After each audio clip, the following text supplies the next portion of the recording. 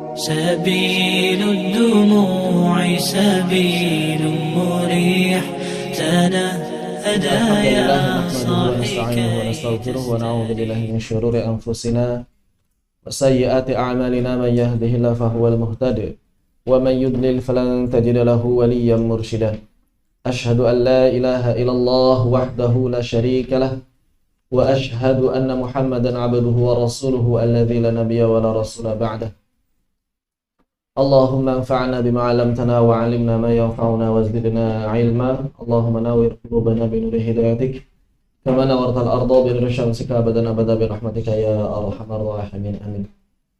Alhamdulillah, kita sekarang insya Allah bisa kembali melanjutkan dari pembahasan kitab At-Tibyan fi Adabi Hamalatil Quran yang disusun oleh Al-Imam An-Nawawi rahimahullahu ta'ala. Nafa'ana Allah bi'ulumihi wa bi'ulumikum wa bi'ulumis sa'irin as-salina fid dharain. Semoga Allah subhanahu wa ta'ala senantiasa merahmati dan meridhai beliau serta menjadikan kita termasuk orang yang bisa mengambil manfaat dari ilmu beliau di dunia dan akhirat. Amin amin ya rabbal alamin. Dalam kesempatan yang lalu, yang beberapa bulan yang lalu mungkin ya, hampir 1 atau 2 bulan yang lalu, terakhir kita membahas ini, kita telah membahas persoalan sujud tilawah yang cukup panjang, kemudian dilanjutkan dengan beberapa adab ketika kita lupa. Beberapa adab ketika kita lupa dalam membaca ayat Al-Quran. Ketika baca dengan hafalan, maka kita kemudian memberikan atau mengingatkan orang lain dengan cara melanjutkannya dan juga yang sejenisnya seperti itu. Dalam kesempatan kali ini insya Allah akan ada 2 pasal yang akan kita bahas. Yang pertama adalah fi sighatil istidlal bil ayatil Qur'aniyah. Ini kalau antum pakai kitab yang cetakan Darul Minhaj, setiap ada judul yang pakai kurung siku, maka ini artinya tambahan dari penerbit. Berarti aslinya ini tidak ada judul. Faslun langsung. Jadi aslinya tidak ada judul. Dari Al-Imam An-Nawawi tidak ada judulnya. Fasal, maka Imam An-Nawawi langsung mengatakan idza arada ayyastadila bi ayatin, idza apabila arada seseorang ingin, arada yuridu iradah, keinginan. Arada fi'il madhi, berarti artinya telah memiliki keinginan. Yastadilla bi ayatin, telah memiliki keinginan untuk beristidlal dengan sebuah ayat. Apa itu beristidlal? Menjadikan ayat sebagai dalil, mengutip dalil. Antum lagi ngomong, lagi ceramah, lagi khutbah, ingin mengutip dalil. Maka bagaimana cara mengatakannya? Falahu, maka baginya, maka ia mesti ayyakula, mengatakan. Maka apa yang mesti dikatakan? Maka dia mengatakan qalallahu ta'ala. Jadi yang perkataan yang untuk masuk ke dalam ayatnya itu, sebelum masuk ke dalam ayatnya itu, maka ucapkanlah qalallahu ta'ala. Kadza, maksudnya ayat yang disebutkan demikian. Allah telah berfirman demikian. Walahu, dan dia juga boleh. Walahu, dan dia juga boleh. Ayyakula, untuk mengatakan Allahu Ta'ala yaqulu kadza. Allah Subhanahu wa Ta'ala berfirman demikian. Apa bedanya yang pertama sama yang kedua? Yang membedakan adalah madhi dengan mudhari'. Yang membedakan antara madhi dengan mudhari'nya. Ini yang membedakannya. Jadi, mau pakai sighat madhi boleh. Mau pakai sighat mudhari' boleh.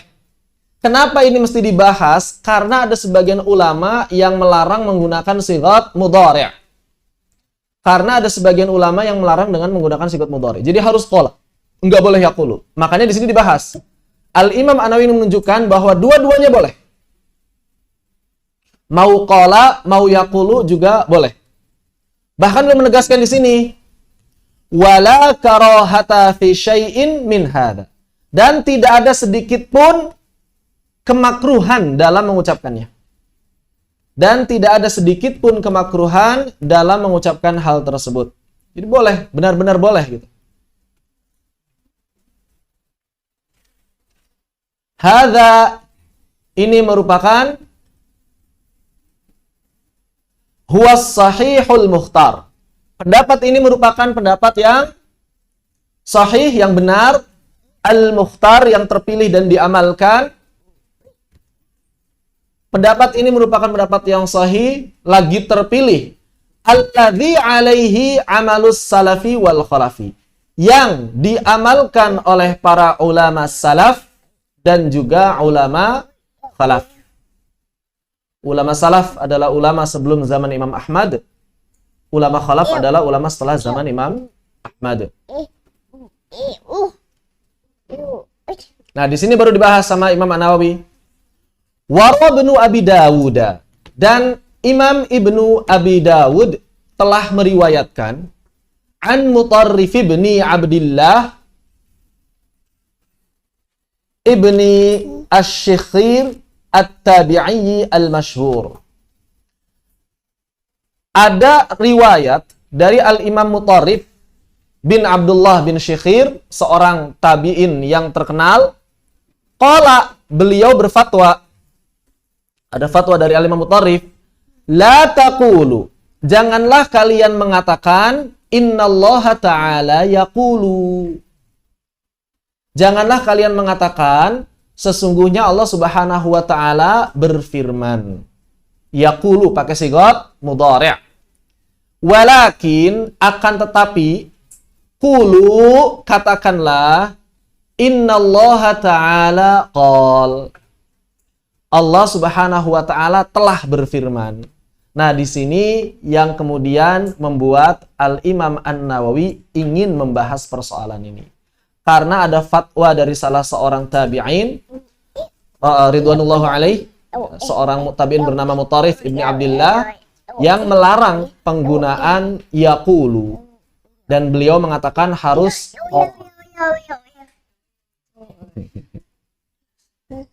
inilah yang kemudian membuat Al-Imam An-Nawawi membahas permasalahan ini. Dan beliau menegaskan dua-duanya diperbolehkan. Dua-duanya diperbolehkan tanpa ada kemakruhan sama sekali. Tanpa ada kemakruhan sama sekali. Maka beliau mengatakan, wahadalladzi, dan apa yang angkarohu, yang diingkari.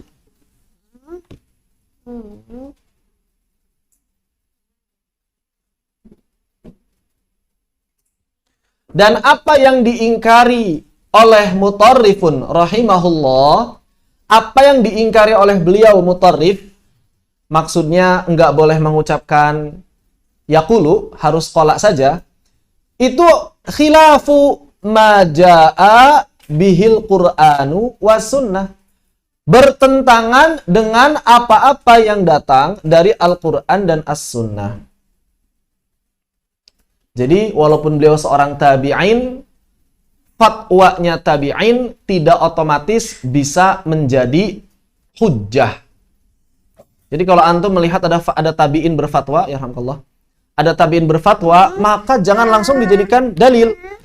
Kenapa antum mengamalkan itu? Karena ada tabi'in berfatwa ini. Nggak bisa. Ada sunnahnya nggak? Kecuali kalau tabi'innya lebih dari satu, sekelompok tabi'in. Nah, ini lebih bisa dipertanggungjawabkan. Amalan para tabi'in. Begitu.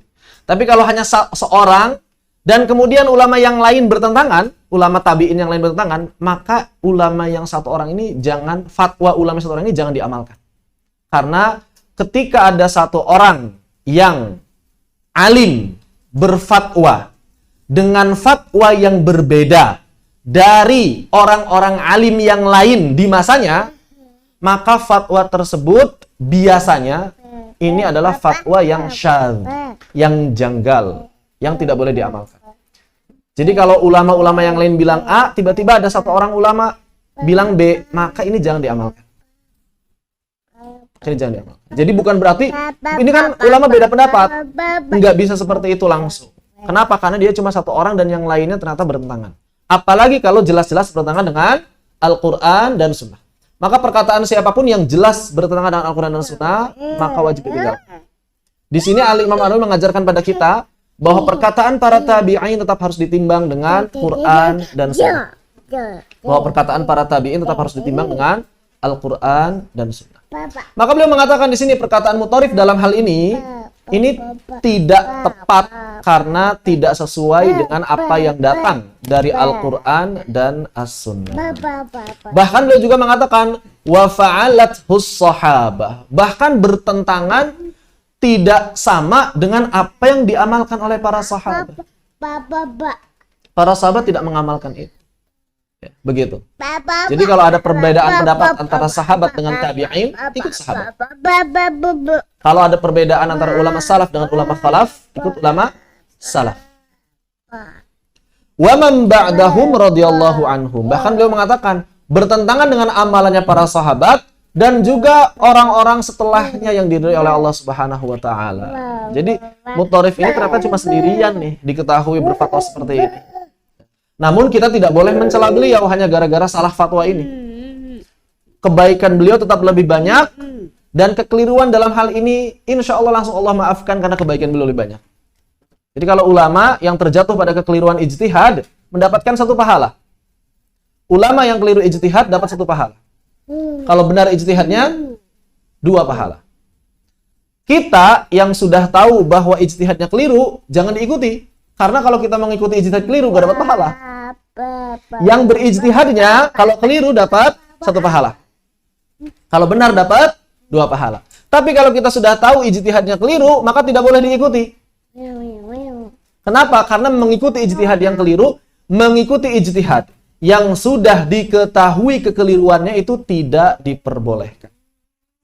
Mengikuti sebuah ijtihad yang telah diketahui kekeliruannya itu tidak diperbolehkan.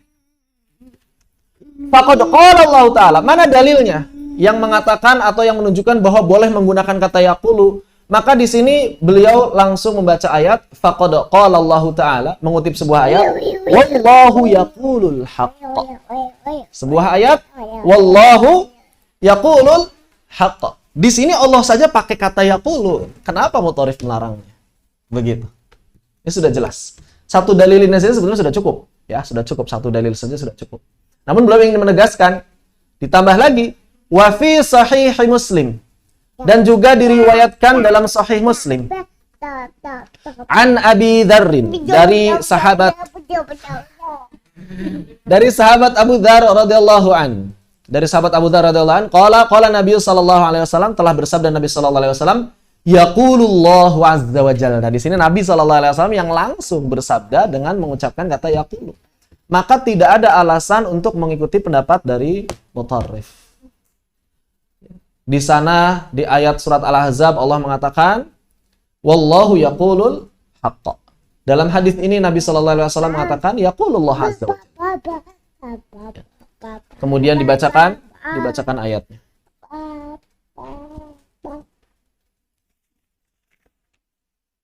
Man jaa bil hasanah falahu asyru amthaliha. Man ja'a bil hasanati falahu asyru amthaliha. Ini dalam Sahih Muslim. Kemudian wa fi Sahihil Bukhari fi tafsir qaulihi ta'ala. Juga dalam Sahih Bukhari dalam tafsir firman Allah Subhanahu wa taala, lan tanalul birra hatta tunfiqu mimma tuhibbun. Maka kemudian di sini Al-Imam Al-Bukhari ketika mengutip atau ketika menafsirkan ayat ini mengutip perkataan dari Abu Talhah, salah seorang sahabat. Qala Abu Talhah, ya Rasulullah, wahai Rasulullah, innallaha ta'ala yaqulu. Jadi di sini ada sahabat Abu Talhah yang mengatakan sesungguhnya Allah Subhanahu wa taala yaqulu, pakai sigat mudhari'. Lan tanalul birra hatta tunfiqu mimma tuhibbun. Fahadha kalamu Abi Talhah bihadratin Nabi sallallahu alaihi wasallam. Dan perkataan Abu Talhah ini di hadapan Nabi dan Nabi enggak melarangnya. Abu Talhah mengatakan innallaha yaqulu di hadapan Nabi dan Nabi tidak melarang. Begitu. Wa fis sahihi, dan juga dalam sahih an Masruqin, dari Masruq rahimahullahu taala. Seorang tabi'in Masruq rahimahullahu taala, qala, beliau telah mengatakan, qultu li Aisyah, aku berkata pada Aisyah radhiyallahu anha. Beliau pernah berbincang-bincang atau pernah belajar kepada Ummul Mukminin Aisyah radhiyallahu anha. Apa yang beliau katakan? Alam yaqulillahu wa laqad ra'ahu bil ufuqil mubin. Bukankah Allah Subhanahu wa taala berfirman, wa laqad ra'ahu bil ufuqil mubin? Faqalat, maka Aisyah mengatakan, awalam tasma' anna Allah taala yaqulu. Yaqul, pakai kata yaqul di sini. Apakah engkau tidak mendengar bahwa Allah Subhanahu wa taala berfirman, la tudrikuhul absar wa huwa yudrikul absar. Ini ketika menafsirkan apa tadi? Ketika menafsirkan ayat, oh ini dari Masruq ya. Ketika bertanya tentang walaqad ra'ahu bil ufuqil mubin. Walaqad ra'ahu bil ufuqil mubin. Jadi ini diskusi tentang apa? Tentang Nabi Shallallahu alaihi wasallam yang melihat apa? Melihat malaikat. Walaqad ra'ahu bil ufuqil mubin. Dan sungguhnya dia telah melihatnya di ufuqil mubin. Di ufuk yang terang. Siapa yang melihat siapa? Nabi Muhammad melihat Jibril. Nah, kemudian di sini Aisyah seperti agak membantah, la tudrikuhul absar wa huwa yudrikul absar. Atau mungkin di sini bisa jadi Masruq mengira hu-nya di sini kembali kepada Allah. Sehingga di sini diberikan ayat bahwa dia tidak bisa dicapai oleh pandangan. Namun dia bisa memandang kalian semuanya. Kan kalau di sini ayat ini maksudnya kalian tidak bisa memandang Allah dengan pandangan kalian. Tapi Allah bisa memandang kalian semuanya.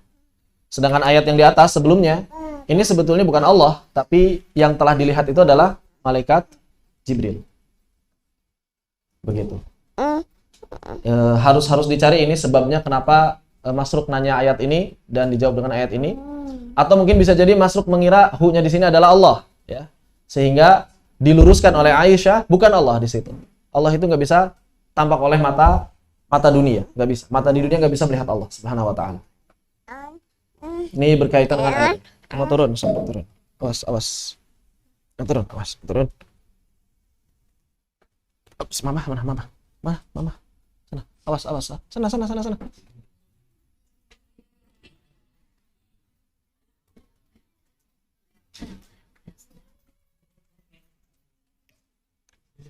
Oh iya. Baik. Ini berkaitan dengan ayat ini. Kemudian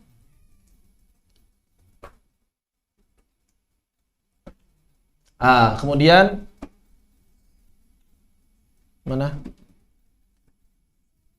Kemudian Aisyah juga melanjutkan, awalam tasma' anna Allah Ta'ala yaqul, bukankah engkau juga telah mendengar bahwa Allah Subhanahu wa taala berfirman, wa ma kana li basyarin ayyukallimahullahu illa wahyan aw min wara'i hijab. Jadi ini memang sepertinya Masruq mengira bahwa walaqad ra'ahu bil ufuqil mubin itu Nabi sallallahu alaihi wasallam melihat Allah. Ya, mungkin Masruq mengira itu. Kemudian Aisyah radhiyallahu anha meluruskan pemahaman tersebut dengan ayat-ayat yang tadi telah disebutkan. Bahwa Allah tidak dapat dicapai dengan pandangan.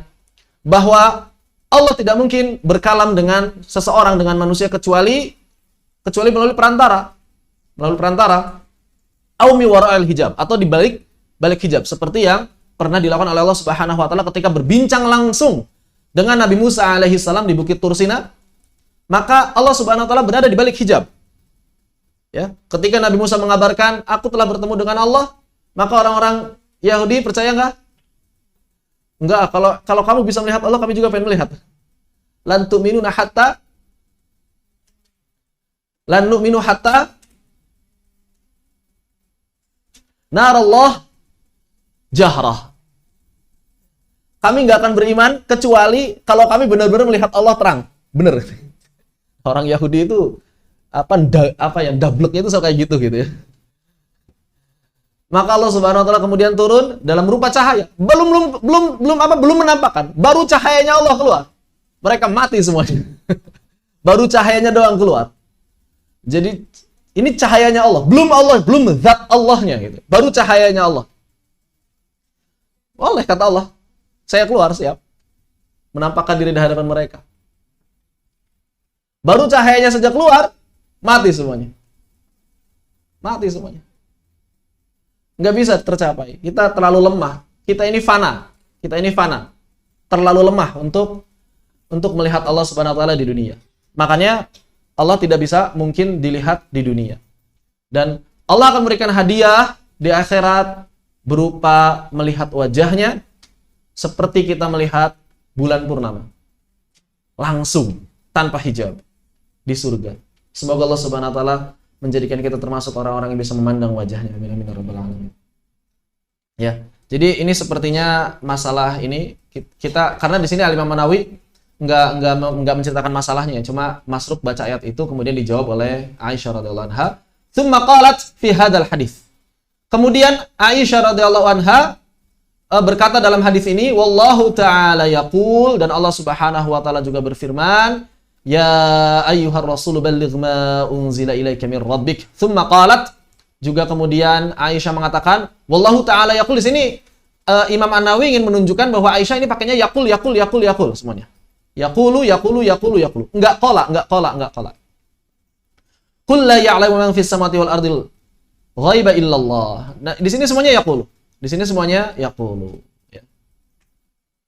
Wa nadhairu, dan kata Imam An-Nawawi apa? Dan berbagai pertimbangan dan berbagai pertimbangan ini fi kalamis salafi wal khalaf, dalam masalah ini sebetulnya dari perkataan-perkataan para ulama salaf dan khalaf aksar, lebih banyak lagi jumlahnya. Jadi yang menunjukkan kebolehan mengatakan yaqul, maka itu sebetulnya jumlahnya banyak sekali dari perkataan para ulama salaf dan khalaf.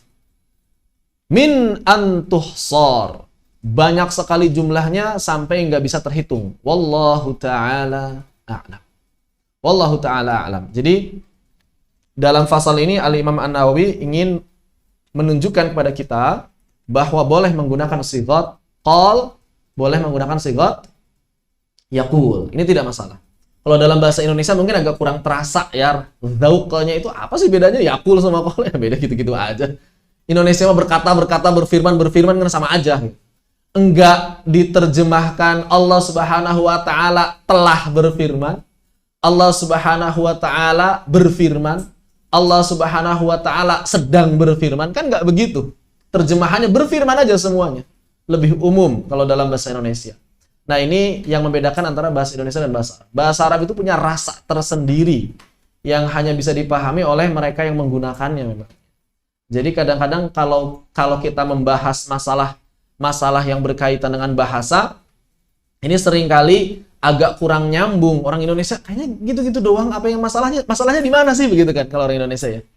Nah, inilah yang membedakan antara bahasa Indonesia dengan bahasa Arab. Kemudian, apakah kita juga mesti membaca isti'adzah ketika mengutip ayat? Baca isti'adzah enggak? Kalau di sini di hadis-hadis ini ada isti'adzahnya enggak? Enggak ada, langsung semua. Semuanya langsung. Maka berarti tidak perlu. Tapi boleh enggak isti'adzah? Jawabannya boleh. Hanya saja pakai fasal, pakai jeda. Maksudnya begini.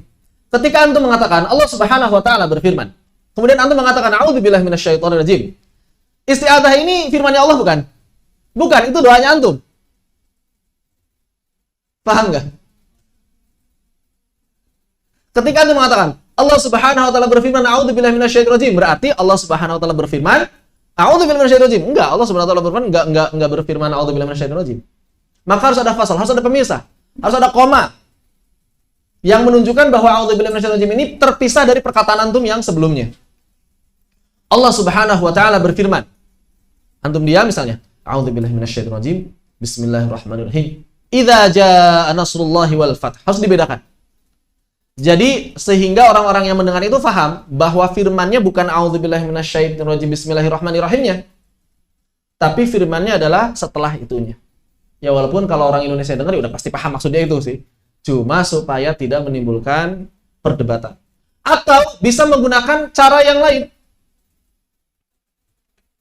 Cara yang lebih selamat. Qala ta'ala, Allah Subhanahu wa taala berfirman, ba'da an a'udza billahi minasyaitonir rajim. Nah, kalau ini lebih aman. Apa itu? Allah Subhanahu wa taala berfirman, setelah aku berlindung pada Allah Subhanahu wa taala dari godaan yang terkutuk, wa aqulu bismillahirrahmanirrahim, dan aku mengatakan bismillahirrahmanirrahim. Nah, kan jelas. Kalimatnya diperjelas. Baru kemudian firmannya diucapkan. Qala ta'ala, ba'da an a'udza billahi minasyaitonir rajim wa aqulu bismillahirrahmanirrahim. Tabarakalladzi biyadihil mulk. Jadi jelas. Ini sebagian adab. Walaupun kalau langsung, ya langsung saja, tidak masalah. Tidak perlu pakai isti'adzah dan basmalah ketika mengutip, karena dia bukan dalam konteks tilawah. Yang disunahkan, yang ditekankan, ketika kita membaca Al-Quran mesti didahului dengan isti'adzah atau basmalah, maka ini dalam konteks tilawah. Bukan dalam konteks penukilan. Bukan dalam konteks beristidlal. Wallahu ta'ala a'lam. Baik, sampai di sini. Apakah ada yang tanyakan? Dipersilakan.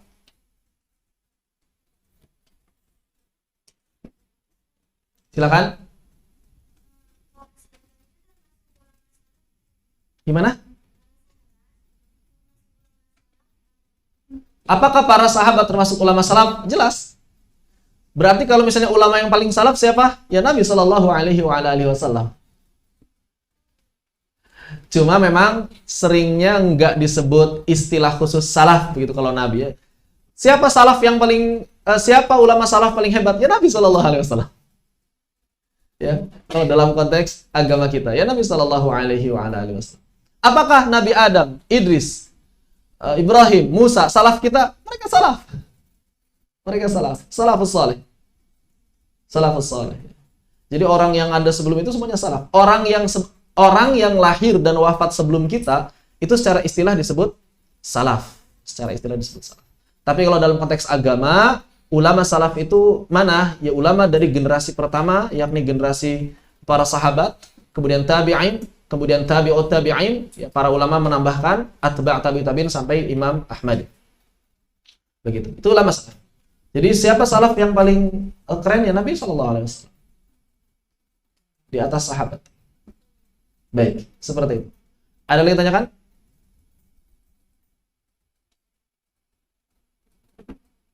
Kalau tidak ada kita الدموع سبيل مريح تنهدى يا